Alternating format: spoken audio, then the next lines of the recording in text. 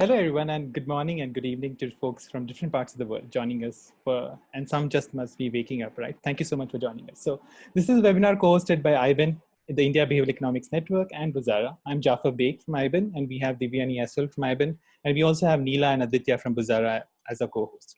So before we go to the introductions, I'll pass it on to Aditya to say a few words on behalf of Busara. So Aditya, please. Sure. No, thanks, Jafar. I think, first of all, big welcome to Dr. Christina B. Carey, and I can see like a lot of people pouring in. So welcome to everybody. And I think the sheer response of registrations and attendees, that continue to pour in large numbers sort of reflect the combined level of excitement that we have in this virtual room today.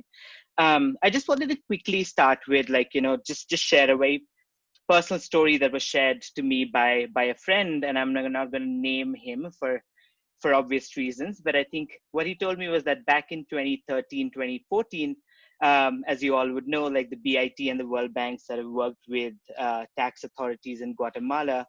And out of the many versions of letters that were sent to citizens, the one which produced the desired and the biggest desired impact read something like, according to our records, 64.5% of Guatemalans declared their income tax for the year 2013.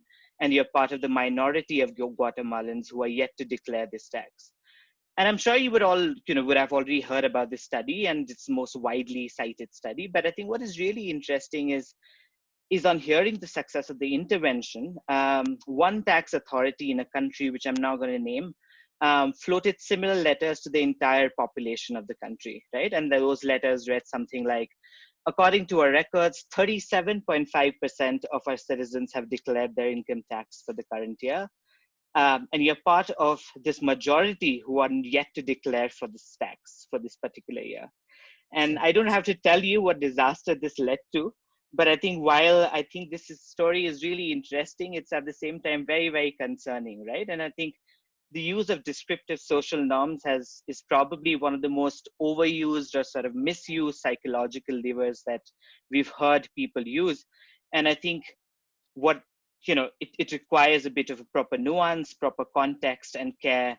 Otherwise, it could lead to unintended consequences. And I think that's why we have Christina to sort of help us out to understand social norms in all the more relevant in these current times and also beyond.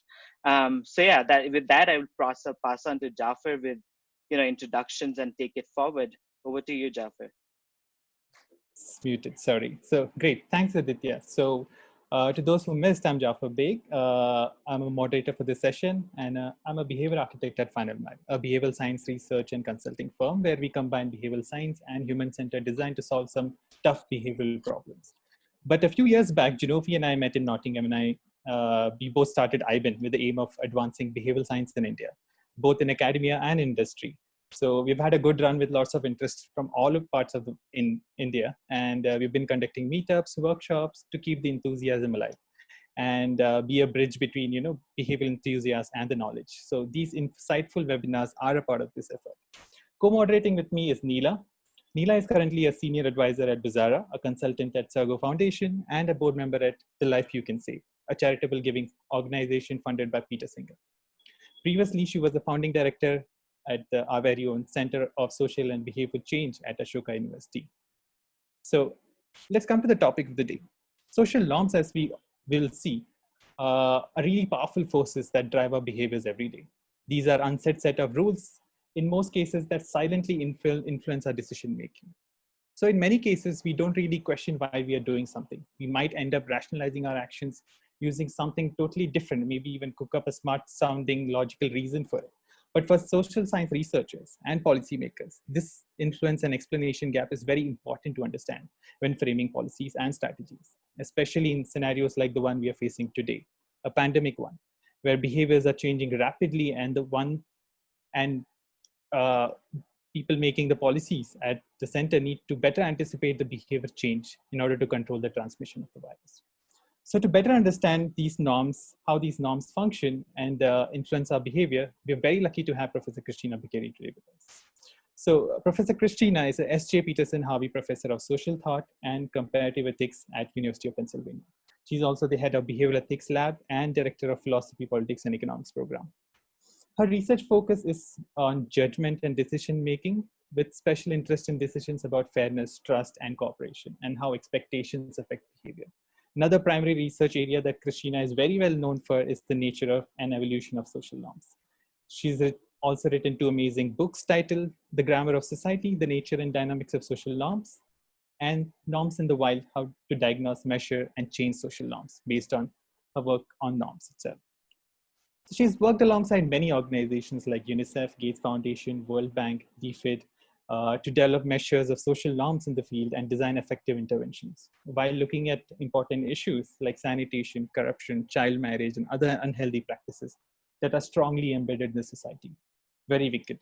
So she has in fact worked a lot in India and continues to do so, including in a range of other countries. She has a pretty wide experience, and she'll be able to give us a lot of insights on the contextual determinants of social norms.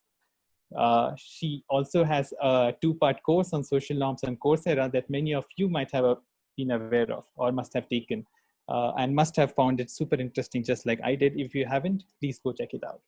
So Christina, thank you so much for making the time to join us. The floor is yours. Thank you so much. So there was an initial introduction by Aditya, I hope I spell it well, about sending messages, and some messages are very successful, others are very unsuccessful. And the question, this is related to the big debate about norm nudging. Okay, how do you nudge? How do you, in a sense, push people, okay, to behave in a pro-social way or not? Now, the interesting thing is that the word norm is used without much discrimination.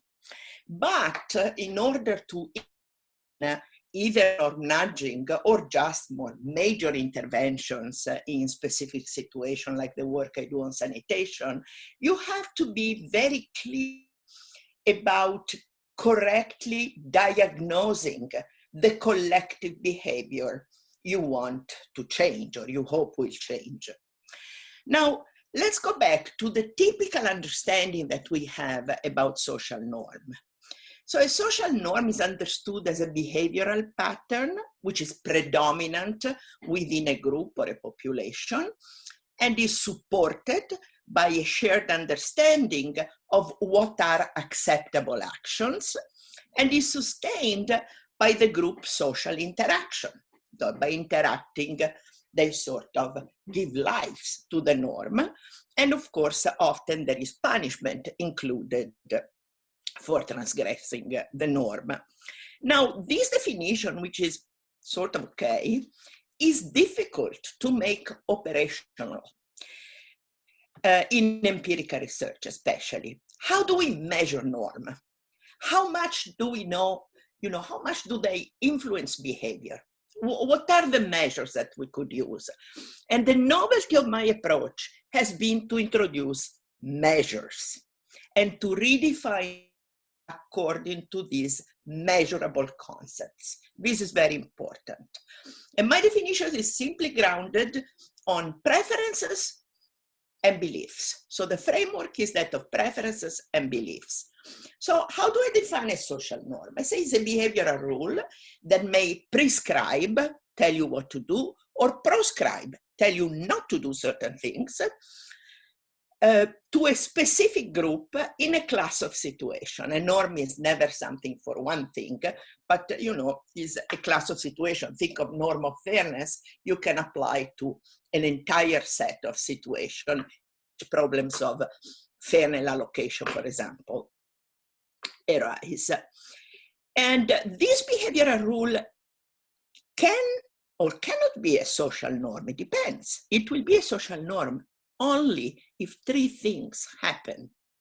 First of all, people prefer to follow the rule on condition of having certain expectations. First, expectation about what other people you know, they care about, they work with, they interact with, what these people do. So empirical, what I call empirical expectation, are basically beliefs about what is commonly done within that particular environment. First. Second, normative expectations. That is not just my own belief about what is right or wrong. This is irrelevant in social norms. What is relevant is my belief about what these other people believe is acceptable or not. So it's a second order belief. It's my belief about what they find acceptable, what they believe is right or wrong. So these two kinds of expectation, empirical and normative, are crucial, okay, but not alone. We need to prefer to act on these expectations. You can have all the expectation in the world and act in a different way. So you need to have conditional preferences, okay? And a social norm comprises these three things: empirical, normative expectation, and conditional preference, okay? How do we know that a norm exists? Well, we measure expectations. We measure normative empirical expectation. If they are mutually consistent, then we know that a norm exists, okay? A social norm. What's the advantage of this definition over other, I would say, more vague definition? First of all, as I said, we can independently measure and quantify beliefs and preferences. And we can use experimental methods. In particular, I use experimental economics in my work. Second advantage, we can differentiate between different social behavior. You know, is this behavior regulated by a social norm or something else? And when I do my diagnostic, I measure expectations, and then I check if they motivate behavior, if they have causal relevance on behavior. Take open defecation, okay? When I started studying it, I didn't really know what type of behavior regularity it is. It is, there is a normative element, there isn't, what's there? And my conclusion was, no, it is a custom. It is a custom in the following sense. People may have expectations about what their friends or neighbors do, and they know that their neighbors and other people, you know, they believe that they will go out to defecate in the open. But their preference does not depend on this expectation. It's completely independent, and I measured it. Okay, and so my conclusion is, it is not a norm. There is nothing about norm there. It is a pure custom. Okay, so the difference between a norm and, let's say, a custom or a moral rule is both a custom and moral rule are socially independent. What others do does not really matter. What other thinks is appropriate doesn't really matter. Instead, both in what I call descriptive norm versus social norm, my expectation matter. In a descriptive norm, for example, traffic rules. Well, I stop at red because I think other people are passing orthogonally with a green. So I have empirical expectation, and they have expectation about me, and they are very well coordinated by the traffic lights, okay? There is nothing normative there. It's very much a descriptive rule, okay? But it is a powerful descriptive rule, okay? Social norm.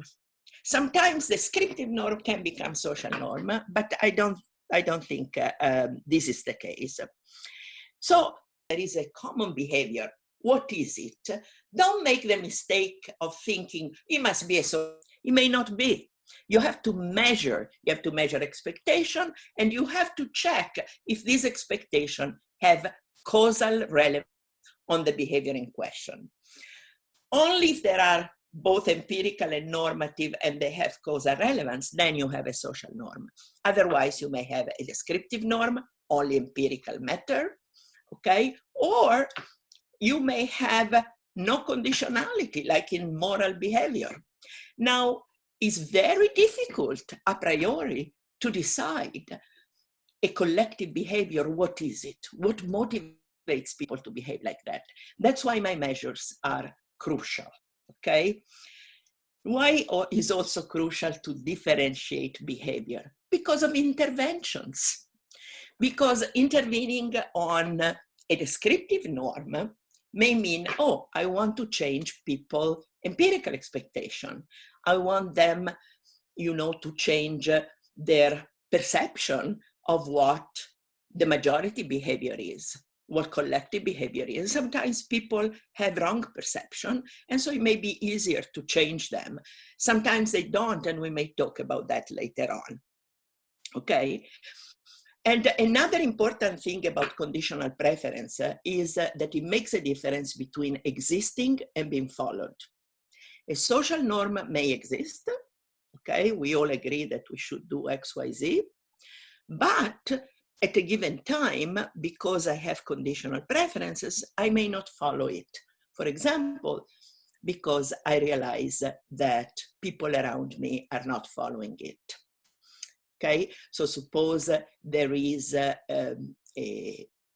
well-accepted norm about paying taxes. If you ask people, yeah, people should pay their taxes. They realize that many people, especially they realize because newspapers tell them all the time that very few people pay taxes, etc. And in this case, there is a mismatch between what they think should be done and what they see other people doing. And in many experiments I have done, I've shown that the empirical, the common behavior has the upper hand. Okay, so this is important to realize. Actually, we have done, going back, you asked me before this meeting, what's the relationship between norms and COVID-19? And I did a study on 9 countries, not on India, but we have a small study in India, but it's different from what I'm talking about, because what I'm talking about is a study about norms and COVID-19. And the big question is 2 questions. Have pre-existing social norms impaired or helped behavior during the pandemic? Question mark. And the second question is, are norms being created given the pandemic? So are new norms emerging because of the pandemic and the kind of behaviors we are basically forced to take?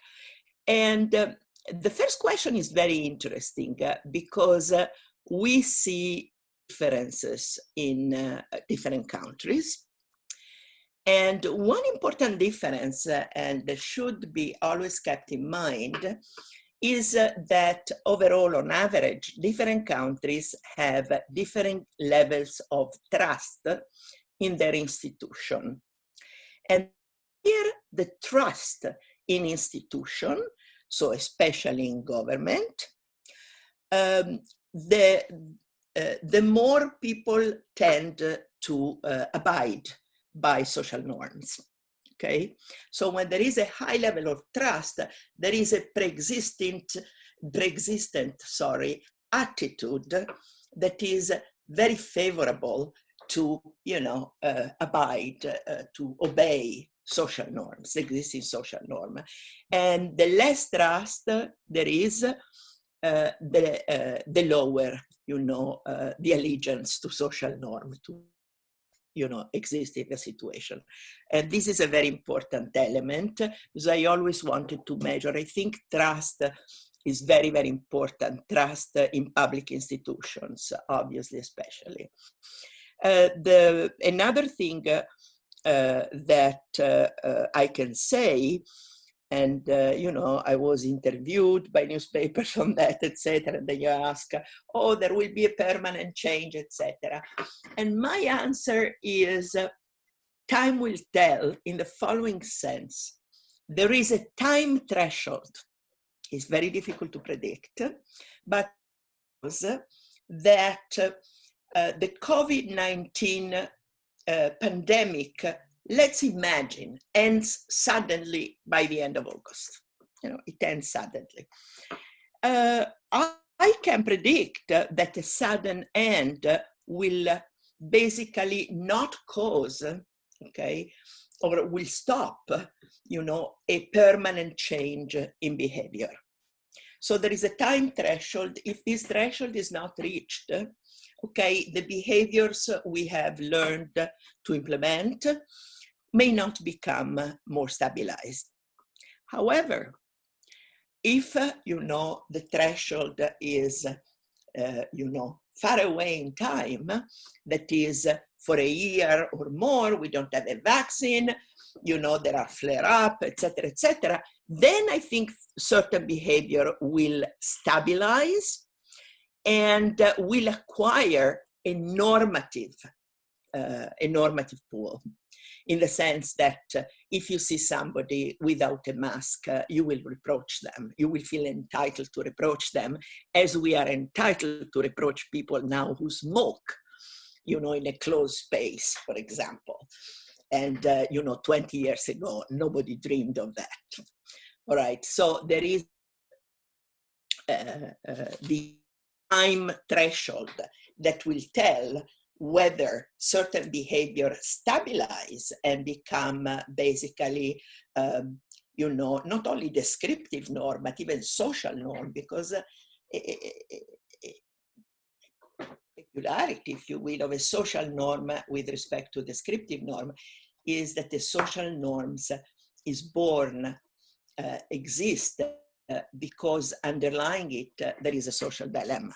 Underlying a social norm, there is a tension between what people would want to do selfishly versus what their group or society needs, the collective welfare. And when there is such tension, we need a social norm, because I need, in some sense, to be pushed, okay, to behave in a socially appropriate way. We are not always complying or, you know, willing to comply. That's why we have social norm. That's why social norm very often have, you know, punishment included, or sometimes reward, but mostly punishment included. A descriptive norm instead has nothing of that. I want to do what other people do. I want to imitate. I want to coordinate. So it's perfectly rational for me. It goes along with my selfishness, if you will, to follow a descriptive norm, not a social norm. Okay. Another interesting avenue of research that I am conducting is trying to understand when a descriptive norm becomes so common, so followed by the large majority of the population, do we start thinking it is the right thing to do? Does the descriptive turn into normative eventually? I think so. And what I'm trying to understand in the Tamil Nadu study, we are presently, well, we're blocked now, but let's say we're presently conducting, is exactly if we change the descriptive norm, you know, this is a longitudinal study, in the medium run, not immediately, but in the medium run, will people start thinking that this behavior is appropriate? We should behave like that, because simply it's very common. So this is a very interesting question, how the descriptive turns into normative. Not always, but in many cases it does, and this is part of my study on India. Now, do you want to ask me more questions about what I'm talking about, or the India study? Hi, Christina. Yes, I realized that my video was off, so you couldn't see me nodding vigorously along, as I'm sure all the participants are. We'd love to know a little bit more about the India study, but also just broadly the work that you've done in India, and we often say India is really unique. It's quite different from maybe some of the work. I'd love to know your thoughts on what has surprised you the most when you've done research on social norms in the work that you've done in India. Well, there are 4 important points that I have noticed. Some have been noticed by other people, but some maybe not. So one thing that I always do is to analyze networks, because people act and interact within a network of other people. And networks are not stable, they may vary. You Nila, may have a network in your job, a different network with friends, family, etc., etc. And what I was convinced about in sanitation is that the spatial network, my neighbors who lives nearby me, was very important. Wrong. That surprised me. What even in villages, I mean, what is relevant is relatives and close friends are the people for sanitation. Again, one look at, one compare oneself with, one ask question about, well, what shall I do here and there, etc., etc. Not the immediate neighbors. And so when you do a network analysis, you always have to be very, very careful, because social norms or norms in general exist in networks, not just in my mind, okay? And so you have to measure the network, because when you do an intervention, you do it on the network, okay? Not in general. And then you also measure longitudinally whether the network has changed, whether people interact with other different people out of the network after you did the intervention, and so on and so forth. The first surprise was the network is relative and close friend, not necessarily neighbors.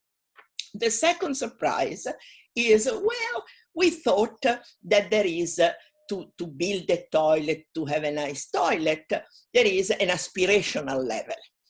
And that people would want to build a toilet, a bathroom, like richer people, okay? Like people of means. Wrong.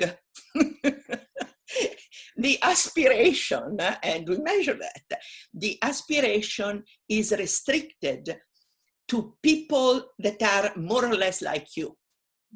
So if somebody who's similar to me, income-wise, etc., builds a toilet, then I have an incentive to build a toilet. And in fact, we measure both empirical and normative expectation, and we have a paper that's coming out soon, and we discovered that only empirical expectation matters. So building a toilet is a descriptive norm, not a social norm. As I said before, with time, it may become a social norm. Because it's so common, people may start thinking, oh, it's the right thing to do. Why don't you do that? You're bad if you don't do it. But initially, I would say that building and then using a toilet is more of a descriptive norm, okay? And the aspiration is really restricted to people like you. So all these programs that show people really different from the villager, let's say, the famous actor that used the toilet, they have a limited effect. Again, because aspirational level is very much local. This is a second. The third, there are lots of studies, controversial. What I found, and again, is not representative of all of India, is Bihar and Tamil Nadu, that when people have a functioning toilet, they use it. Over 90%. If they have a functioning toilet, they use it. Now, Swachh Bharat has been very successful, in my view. Not completely. It's very hard to be completely successful in a continent, basically like India, which is very poor. And the reason is that very poor people, you will be basically subsidized after you start building your toilet, and sometimes they don't have enough money. So I think they should add a program to really help very, very poor people. But the interesting thing is when people have a functioning underlying toilet, they use it. And the last point that I think has been, is well known, but is very interesting to prove, women are crucial to sanitation. Women. Women, together with their husband, usually they decide, to invest in a toilet, to build a toilet, etc. But women have a lot of stake with sanitation. Women want toilets. And so, women seem to be crucial, the first movers in that. So these 4 points, I think, were the most important that I noticed, and something women I expected, but the other I didn't expect. And they go against also some assumptions of some people who do studies of sanitation in India. Thank you, because we did have an audience question, which I think you answered, around how relevant is celebrity culture in accessing the reference networks. And in this case, because of the careful measurement, it looks like it had limited appeal. Of course, it won't be true in all cases, but something to think about, I think, because we often use celebrities. I know. Think about how to get the right reference. Jafar, do you want to ask a question? Sure. Thank you, Neela. Thank you, Christina. So one more question. Glad, Christina, you already answered the new norm question. So a question related to that is, when this norm starts building, right, the new norm, and starts to drive healthy behaviors amongst people, what can we do from, from policy perspective to ensure that this behavior crosses a tipping point to become a sustainable norm and withstands, any intermittent non-compliance that people observe in their everyday life? Yes. So how a norm is born and how we stabilize. Yeah. This is a crucial question. Now, you know that people have different thresholds for change, okay? For me, it may be enough that I see few people acting differently for me to act like them. And maybe for you, you need more people. And that's why it's very difficult to predict, okay, tipping points. Because the tipping point occurs when a sufficient number of thresholds, okay, have been passed, okay.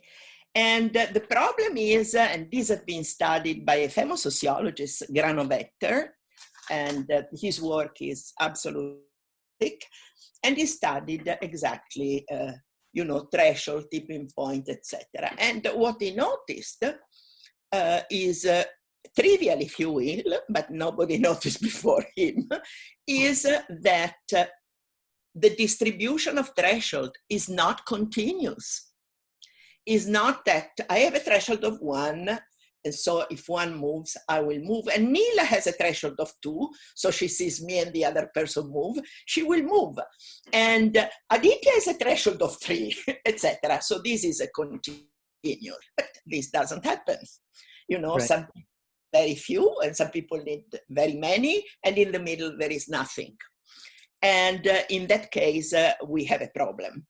And of course, there are lots of studies going back to celebrities and leadership in which, the presence of a celebrity or a leader will fill the gap in some sense, okay? You look at this person as, not just one person, but like several people. It's like instead of 1 vote, it had 20 votes or something like that. And this has been studied, okay? And so sometimes to fill the gap that exists in thresholds, you need to do some campaigning in which prominent people, etc., leaders, what I call trendsetter, play a crucial role, okay? But it's very difficult to predict, because you do not know a priori the distribution of threshold. This is something we don't know, okay? This is something, you know, I do experiments on that, I do simulations with that, but a simulation is a simulation. I start with the values I put in. Are they real, realistic or not? You know, I don't know. But so a norm, in particular a descriptive norm, okay, based on empirical expectations, you know, may reach a tipping point quite quickly if we observe a majority of people behaving in a particular way. Now, one experiment we're doing in Tamil Nadu is exactly related to that. As I said, construction, use of toilet is a descriptive norm, it's not a social norm. But you have to convince people to reach a tipping point that most people are doing it. And the problem is, what if you are in a situation where most people are not doing it and people know that? What do you do? And our solution, if you will, in inverted commas, has been to induce people to commit to doing a certain behavior and publicize the intention to do that, the commitment to do that. And we will see the result. We were stopped by the COVID-19 pandemic from doing our experiment, but the RCTs are about, in which way we can form and communicate these intentions when it is clear to people that the behavior is not quite there. Okay, the effective behavior is not quite there, but if you believe the intention, the commitment, and there are ways to do it that are more public than others, etc., this may be a good substitute for evidence. Nice. Thank you so much, Christina, for such detailing out the nuances. So interesting. I have a related question, and I totally understand what you're trying to say. It's so hard to say where the tipping point is, given the world is now so complex and noisy that so many people are forming their opinions based on, on online, like Instagram, Twitter, and TikTok. So it gets really, really messy. But a related question, it was a good segue to this question, something that Neela and I were talking about.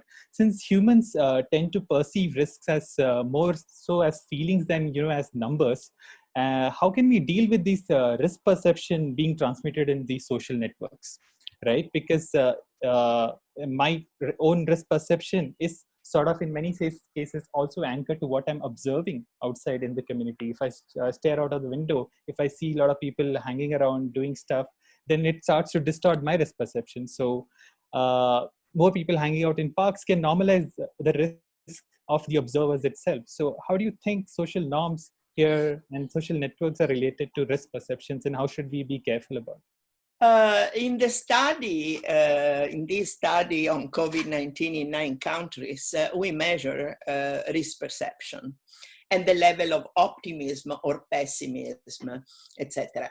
And on the one hand, as I said, is correlated to trust in government and the messages that arrive from government. The big problem is that very often we receive conflicting, incongruent messages. So they tell me that is very dangerous, that is very contagious, etc. And then I watch on TV, kids on a Florida beach that even interviewed, they say, I don't care. I may get COVID and, I will be safe, nothing will happen to me. And I think there have been lots of mistakes in communication have been done. And in particular, one mistake has been, at least I follow very much Italian television too, where there is this horrible epidemics, which is not yet finished, by the way. And the message that was sent is mainly old people or people with pre-existing diseases, okay, will be at risk with coronavirus. And so a young person may think, well, I'm not old, I don't have diabetes, I don't have heart disease, So I have no problem, okay? And the only, so the perception of personal risk was very low, very low. And all the messages that moralizing, saying, oh, you know, pay attention when you get in touch with an older person, you know, you make this person sick, etc., were not really heeded. So the important thing is, what sort of messages do we receive? Do we receive consistent messages? Because risk perception, I think, is diminished by inconsistent messages, like the example I gave you. And actually, in the study, we see that empirical expectation play a crucial role in behaving in a safe or unsafe way. Normative expectation may be very high. Oh yes, people think, the government think I should do this and that. But if the empirical expectations are low, and they may be very low because you see on television all these episodes that you think are basically representative of what most people do, maybe they are not, but you think they are, then this disconnect between the empirical and the normative makes the empirical win, okay? And so diminishes risk perception. Thanks, So it's not an issue of numbers. Do you understand that? It's not an issue of numbers. Yeah. People care very little about numbers in general. Yeah. We do, but most people don't, and you have to realize that. People care about the messages they receive. Right. Christina, just related to that, you talked about inconsistency in messaging and also trust in institutions. Just a quick question in terms of, in the face of uncertainty and constantly updated information. So for example, you know, we're told masks are not that effective. Now we're said masks are effective. Social distancing, outdoors is okay, indoors is the risk. How do you ensure consistent messaging and trust in the authorities when the message is constantly getting updated and therefore changing? It's very important. This is a very important question because we live in a time of uncertainty. You know, scientists are uncertain, you know, about what the virus does on our body, etc. And we got a lot of different, over time, a lot of different messages. I think the premise should always, people hate uncertainty, by the way. People hate ambiguity and uncertainty. As you know, I was interviewed for the New York Times and I said, that's why they like Trump. Because he's always certain.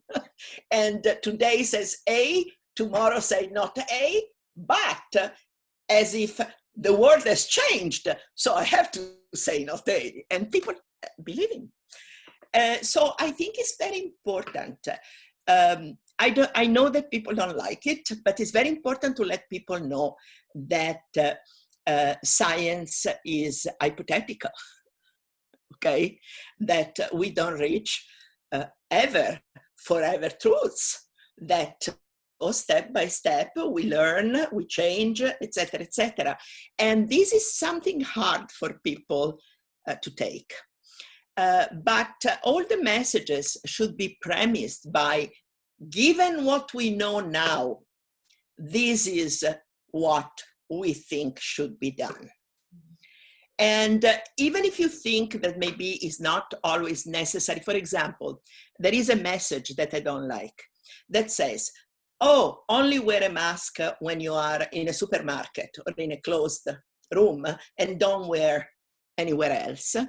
That is not a good message, because then people say, is it a close enough room? You know, it gives me a lot of leverage and a lot of uncertainty. And so the message should be, try to wear a mask when you're outside. So simplify the message. Very often messages are complicated. And I understand why, but I think you should simplify and go on the side of greater precaution. I had one audience question, which I think is at the top of our minds. It's about a particular behavior, but I want to broaden it.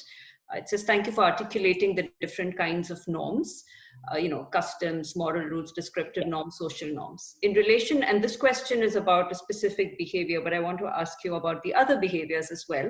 So in relation to people undertaking excessive purchasing behaviors, panic buying, do you think it is because of a social norm? And I want you to, what is your hypothesis on some of the other behaviors? Social distancing, mask wearing, hand washing. Do you think that those would be driven by social norms, or are they just descriptive norms? Do you have evidence? Of course, you have to measure, exactly. This is exactly the kind of question that I measure. And I measure whether they expect other people to do that, do this expectation matter to my choice, and so on and so forth. In the case of hoarding, I remember I went to the supermarket, there was no more toilet paper. Suddenly, overnight disappeared. People, I think, is a combination of an expectation that things will get really bad, and we will not be even able to get out of the home, and therefore we have to stash things. I think there was this feeling in some of the people, but also there was an interaction there. The feeling also that, hey, wait a moment, other people are going to do what I am going to do, so I have to go quickly and and fill myself with toilet paper. Okay, so there is an interaction between a huge risk perception. These things will lead to a total lockdown. We won't be able to go out at all, etc., and also an interactive element. Other people are going to do that, etc. That's my impression, but we haven't measured that. So is my impression. Now, about the lockdown, etc., can we talk of social norms or not, etc., etc.? Now, apart from the lockdown, what I think is going to change, and change for the best, is working from home. Because very often companies really didn't like people working from home because they think it was not very productive, that people do other things, etc. And the evidence is that people are very productive. They are, from what I hear from companies, they are doing pretty well. So I think that this may stay, that people may ask to spend more time at home, maybe, go sometimes in the week to the office, but then work from home, etc. So this is something that may become a new normal, okay? A new, if you will, descriptive norm. Insofar as washing hands, wearing masks, etc., as I said, there is a time threshold. How long this lasts? Things will change more permanently.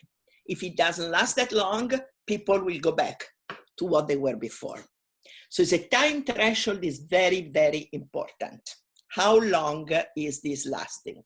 Because if it lasts a long, I tell you, we will be accustomed to wear masks, when we go to the supermarket, let's say. Okay, it will become sort of a customary type of action, washing our hands, using gel, etc. If it ends, as I said before, very suddenly, then we go back to our previous behavior. Jafar? Yeah, let's take more questions from the audience. So there's a question from Jess. Hi, Christina. Have you seen any evidence that more precise description of norms are more likely to change behavior than, say, general descriptions? Example, 74.7% of people do this versus 75% of, or even 3/4 of people do this.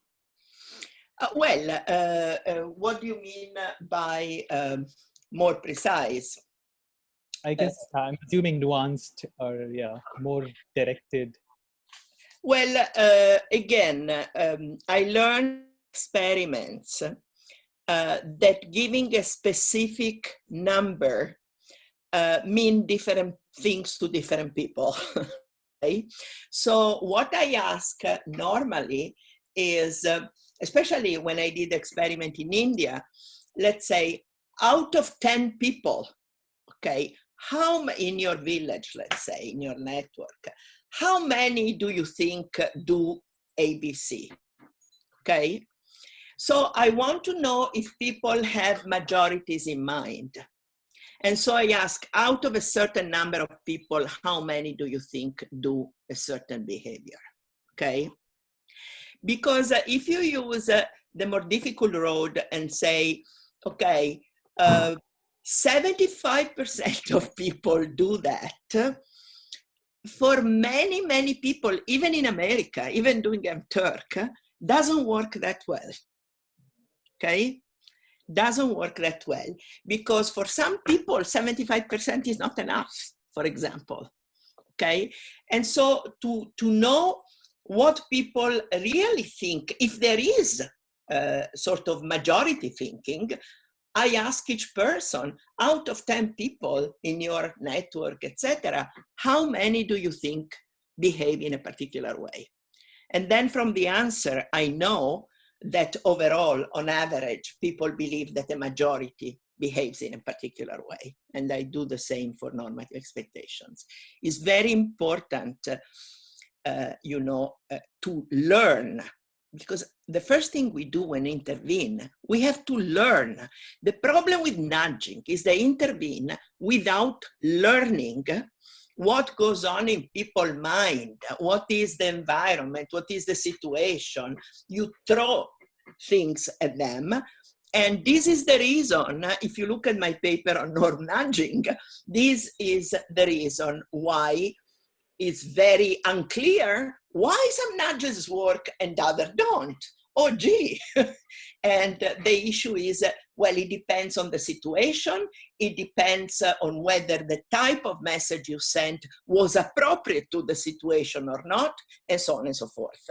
So you have to pay a lot of attention about diagnosing the behavior before you start nudging the behavior. I think that's a really important point about understanding, what could be, or having hypothesis about the theoretical underpinnings of that behavior before actually undertaking an intervention. One question on compliance, especially in an extended period like this, when there could be initial high compliance, but then there's slippage as time wears on. What do you think the effect is on the people who start to comply initially, in terms of, and how can we prevent some of that slippage from happening over time? Okay, this happens in a lot of studies. This has been a big problem for UNICEF. I remember that in the first conversation I had with UNICEF sanitation people, they were very worried about slippage, because they said at the beginning we're very successful, and then it declines. And they had a particular threshold. It says if it's more than 30% is a problem. Okay. And when I ask, well, do you know why there was slippage? Have you diagnosed what went wrong? They say, we don't know. Okay. And so if you use my method of measurement, is a longitudinal method. What does it mean? That I diagnose a situation now, I tell you what sort of remedies there might be. We do the remedies, and then we measure longitudinally again, and we see, did expectations change really, or they didn't? For example, a Pakistan survey that I did, unfortunately, I didn't do the first, I did only the last one to diagnose the slippage. The empirical expectation about sanitation were okay. The normative were a little weak, but nobody thought that they would be penalized if they defecate in the open. Nobody thought that. And so what I told them is, you see, it is not a strong norm at all, because people think that in the end, whatever they do, it's okay. All right. And so you need not only to diagnose at the beginning, but to use the same tools over time to point the finger to what didn't work and remedy that particular issue. I think we just have a couple of minutes. I do want to take this quickly related to what you said about sanctions, and also because this audience member has actually read your book, Norms in the Wild, so I think they deserve a question. And so very quickly, Norms in the Wild mentions that a prudential norm is unlikely to incur strong social sanctions in the way that a social or a moral norm might incur. Yeah. To then distinguish between a model and social norms requires an assessment of preference conditionality. Yes. What is a good way to assess conditionality when you cannot conduct an experiment? Sure. I do vignettes. All, I pair statistical analysis, but statistical analysis tells me, gives me regressions and correlations, but it doesn't give me the error of causality. And the error of causality, I do vignettes. And what I do in vignettes is what I cannot do in a lab if I am in the field. And in a vignette, what I do is I create a situation, a story, in which there is somebody very similar to you, Nila, if I give a vignette to you, in a very, very compatible, similar situation. And this person can be exposed to different type of behavior and approvals of behavior. For example, I can tell you, oh, this lady moved to a different village where many people haven't used toilets, but many people don't think that one should use a toilet. What do you think this person will do? And I have different groups in which I tinker with empirical and the normative. Either they are very strong and the same, very weak and the same, or they are incompatible and one is stronger than the other. And what I can tell you is that the empirical, if people in large number do a certain thing, and even if they don't think it should be done, people will imitate them. Got it. Wow. Okay, but so I study whether the person who responds is sensitive to the empirical or normative expectation information that I have created, basically. And that tells me it's motivated by them. There is a causal link. Great. Thank you. We have a lot of questions, so I hope that we can maybe reach out to you and get some answers to this. I hope some of those were answered by your discussion about what exactly is the norm, what are the three conditions that need to be met: empirical expectations, normative expectations, conditionality of preferences. Yeah. And how do we, and also I think the really important point about understanding the theoretical underpinnings of behavior before starting to do any intervention. Yeah. So don't just throw nudges at things and then expect them to succeed. I think that's a really important point. Okay, thank you. And let me say, if people are interested in my view of norms, I did together with UNICEF the Coursera. There are two parts. It's called Social Norm, Social Change, Part 1 and Part 2. And up to now, 80,000 people have taken it. That's a norm. But it's very interesting. Most people take all Part 1, less people take Part 2. But Part 2 is very important because it's about norm change.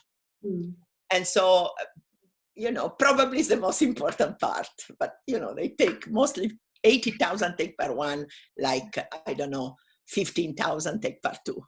So it's much less. Okay. To soup mein salt and pepper dalna hai, it is phika. Thank you so much, Christina. Thank you so much for taking so much time and being here with us in the morning. This is really insightful session. And like you said, These courses are really interesting. I've always been recommending it to my friends also.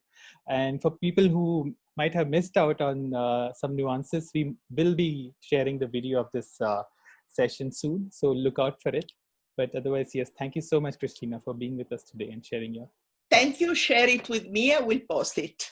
Awesome. Thank you. Great. Thank you so much. Thank you, guys. Thank you, everyone. Bye-bye. Take care. Bye-bye.